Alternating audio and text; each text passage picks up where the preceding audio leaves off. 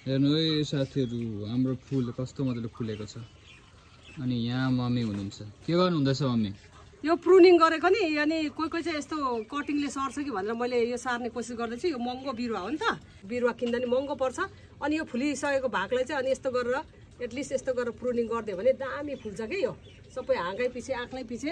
अनि साथीहरूले कति भन्नुहुन्छ कि कतिखेर हजुरले प्रुनिङ गर्नुहुन्छ भनेर भन्नुहुन्छ।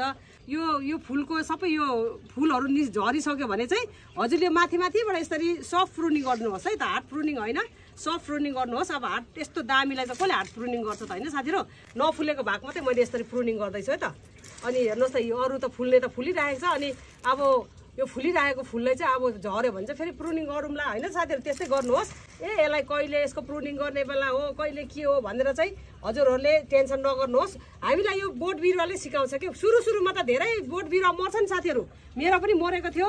अनि मर्यो भन्दैमा टेन्सन नगर्नुहोस्। हामीलाई पछि गएर हामीलाई यही बोट बिरुवाले नै हामीलाई यस्तो गर्नुपर्छ भनेर अब यिनीहरूको चाहिँ अब हामी फुलप्रेमी भएपछि त यो बोट बिरुवाको भाषा हामीले इसारा बुझ्नु थाल्छौँ कि त्यो इसाराबाटै थाहा हुन्छ कि अब यसलाई रिपोर्टिङ गर्नुपर्ने हो कि पानी पुगेन कि मल पुगेन कि प्रुनिङ गर्ने बेला भयो कि के भयो भनेर हामीले यो बोटको इसाराबाटै हामीले थाहा हुन्छौँ हामी फुलप्रेमीहरूको।